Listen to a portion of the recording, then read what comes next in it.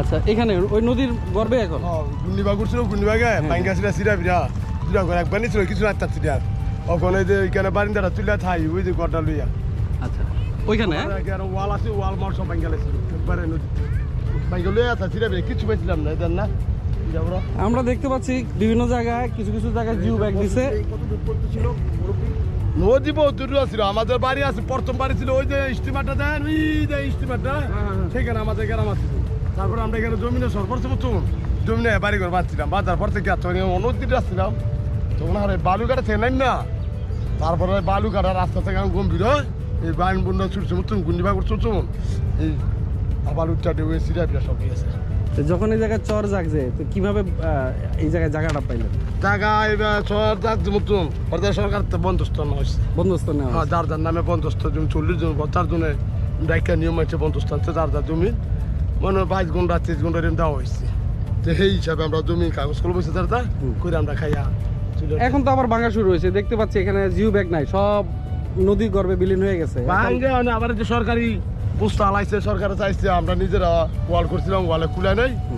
তারপরে অনেক এমপি মুচিরা চাইছিল, তারপরে আগে কালে চাইছিল আমরা এখানে যে এমপি পাস করছিল এমপি কইছিল হিরাইতো তো হাসিনার তোর তো থাকতে তোর হাসিনা তখন গেল কই।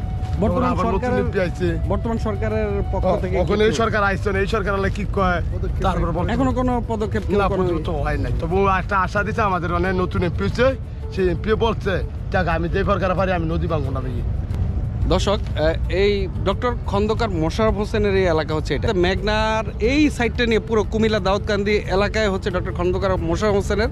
আর সবচেয়ে বেশি মানে জরাজীর্ণ অবস্থায় রয়েছে এই চালিভাঙ্গা ইউনিয়ন সহ এই সাইডগুলোতে, যেখানে দেখতে পাচ্ছেন যে জিও ব্যাগ কিন্তু নদীর গর্ভে বিলীন হয়ে গেছে। এখানে এমন একটা রিস্ক অবস্থা, বর্ষার পানি যখন এখানে আসবে তখন কিন্তু ঢেউ কিন্তু এই বাড়িঘরগুলো কিন্তু নিঃশেষ হয়ে যাবে।